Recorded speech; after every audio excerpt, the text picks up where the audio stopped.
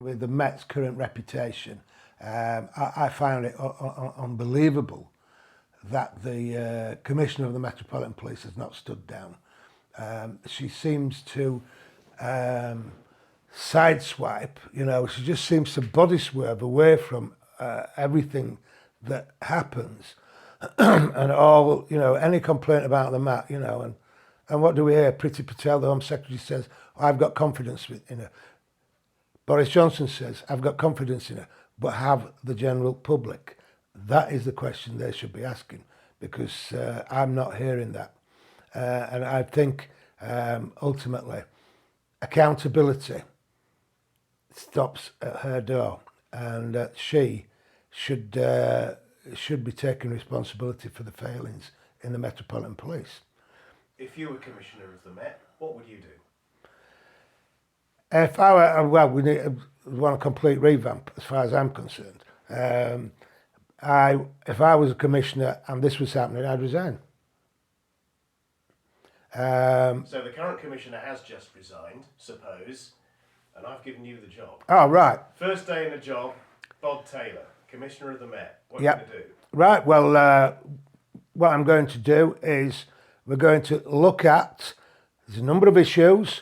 There's been several complaints about cases where people have gone missing and have been found murdered. And there is a great loss of evidence there. So all missing from homes should be properly researched. And you've got to research the background. And suddenly two young women like that just don't. If it's out of character, you've got to do something about it. There was a young guy. And of course, and a lot of these people are from ethnic minorities. So what does it appear? On face value, it appears, if you're a white person, we'll investigate it. If you're a black person, we don't do as well. And that's what seems to be coming out. I'm sure that is not the case, but they need to look at the circumstances. A young woman doesn't arrive at her destination. You can't just say, because she's an adult, we're going to give it 24 hours. You've got to start looking now. And of course, this is what they're not doing, because there used to be the rule, if you were an adult, well, give it 24 hours. You've got to look at the circumstances. So in the case of Sarah-Everard, the police should have acted sooner? Yes. And in the case of Wayne-Couzens and the fallout from that, because imagining you're Commissioner of the Metropolitan Police right now, how would you tackle that situation? Because the investigation into that appears to be going a lot deeper than the public have been led to believe. In what respect? Going deeper? Into the colleagues and the culture that surrounded Wayne-Couzens' department.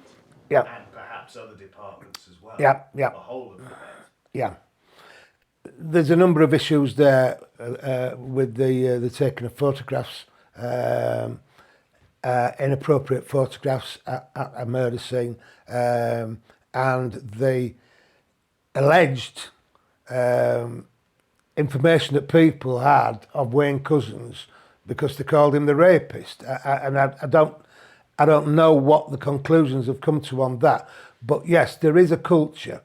And there's definitely a culture in firearms departments which can be unhealthy because of the nature of the work that they do.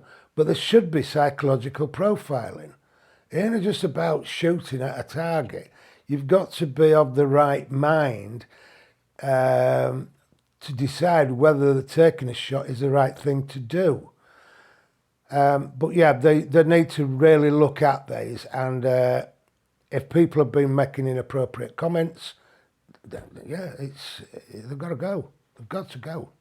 When you say unhealthy in relation to firearms officers, what do you mean by that? Well, it takes a certain type of person to want to do a job that could ultimately take another person's life. I've been a firearms officer, and it's a difficult situation, but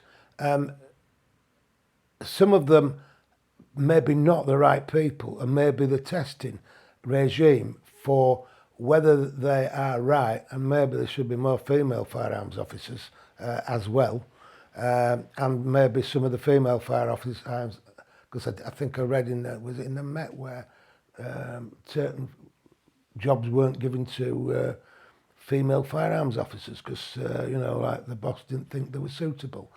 That is suitable as in they might not pull the trigger when they had to. We're not as good as won't deal with it as well as a man, which is absolutely ridiculous.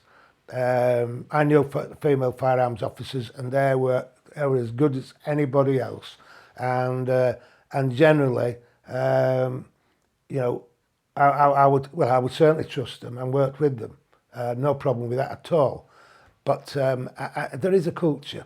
And there can be a culture within firearms departments, within CID, all these specialist departments, traffic, where they develop these little culture clubs, which are not healthy.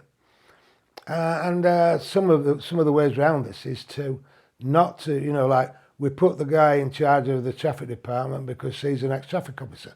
Put somebody different in, somebody that's never been in traffic. Somebody that can recognise the culture when it's unhealthy.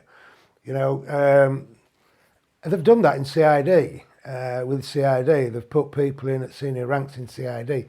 The problem there has been when that senior person has to step into the role as a senior investigating officer, they may not have got the experience or the training that they need for that role. But not with a traffic officer, you're just managing people. And not with a firearms officer, because you have independent, you have your tactical advisors who are independent.